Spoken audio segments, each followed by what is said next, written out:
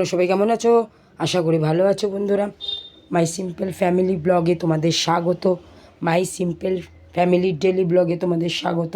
কেমন আছো তোমরা সবাই? অনেকদিন পর তোমাদের সাথে এলাম বন্ধুরা। আজকে আমি সকালে উঠে গেছি, ফ্রেশ হয়েছি। এই যে মা দেখো চোখ পড়েছে, এই কালো চশমা পড়ে আছে।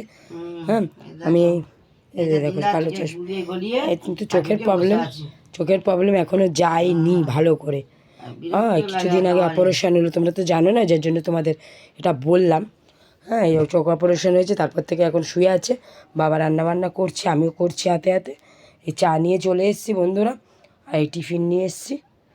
সয়াবিন আলুর তরকারি করেছিল এটা, আর টকের আম ডাল।